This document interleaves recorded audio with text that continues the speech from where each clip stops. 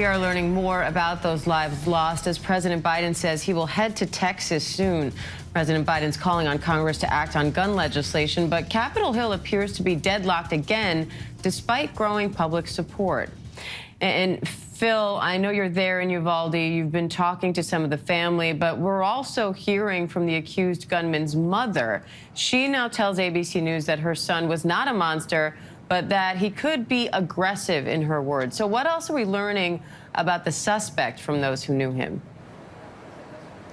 Right, and I think those comments raised some eyebrows. My colleague Matt Gutman did that interview with his mother, and she certainly said he's not a monster, but he could be aggressive. Matt also spoke to his grandfather, who said he barely ever talked, even when he took him to work. And Matt had said, well, what kind of things did you talk about? He said nothing. He was very quiet.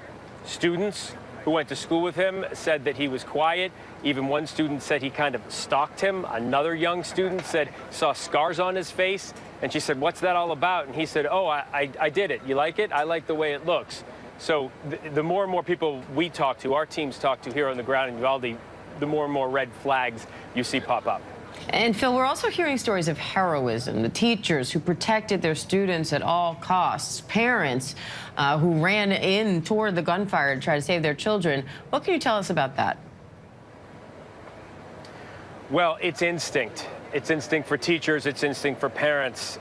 Diane, you're a mom. I'm a dad. We would do the exact same thing. If there was gunfire around our children, we would run. They were breaking windows, trying to get their children out of windows. The two brave teachers in those two classrooms, and that fourth grade classroom specifically, did everything they could to protect the children. But there was really nothing they could do facing down, you know, an 18-year-old wearing bulletproof armor and having an AR-15 style rifle. They did everything they could. One child even calling 911. Everyone did what they could. There were a lot of heroic actions that day.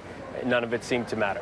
Now, 17 other people were injured here, including 3 law enforcement officers. What do we know about their conditions right now? Well, we know of the 17 people, Diane, 6 as of last night. Only 6 were left in the hospital, 3 adults, 3 children. The children, as of last check, 2 were in a good condition, 1 was in stable condition. I'm not sure of the conditions of the officers. And we're hearing that local funeral homes are stepping up to help the families here, offering services for free. So how are these families and the larger community really planning to remember these victims? Well, the funeral homes have reached out to funeral homes and have offered their services for free, and that's going to be a big deal for a lot of the families here in this traditionally underserved community. Funerals can cost an awful lot of money, and especially, you know, God forbid you're burying a child.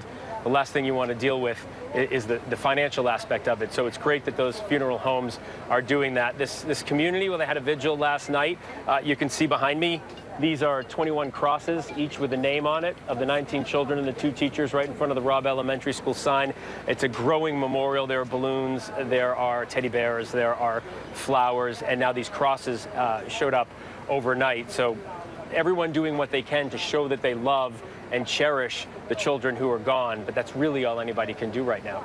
Quite something to see a teddy bear in front of a memorial cross. Phil Lipoff, thank you. Hi, everyone. George Stephanopoulos here. Thanks for checking out the ABC News YouTube channel. If you'd like to get more videos, show highlights, and watch live event coverage, click on the right over here to subscribe to our channel. And don't forget to download the ABC News app for breaking news alerts. Thanks for watching.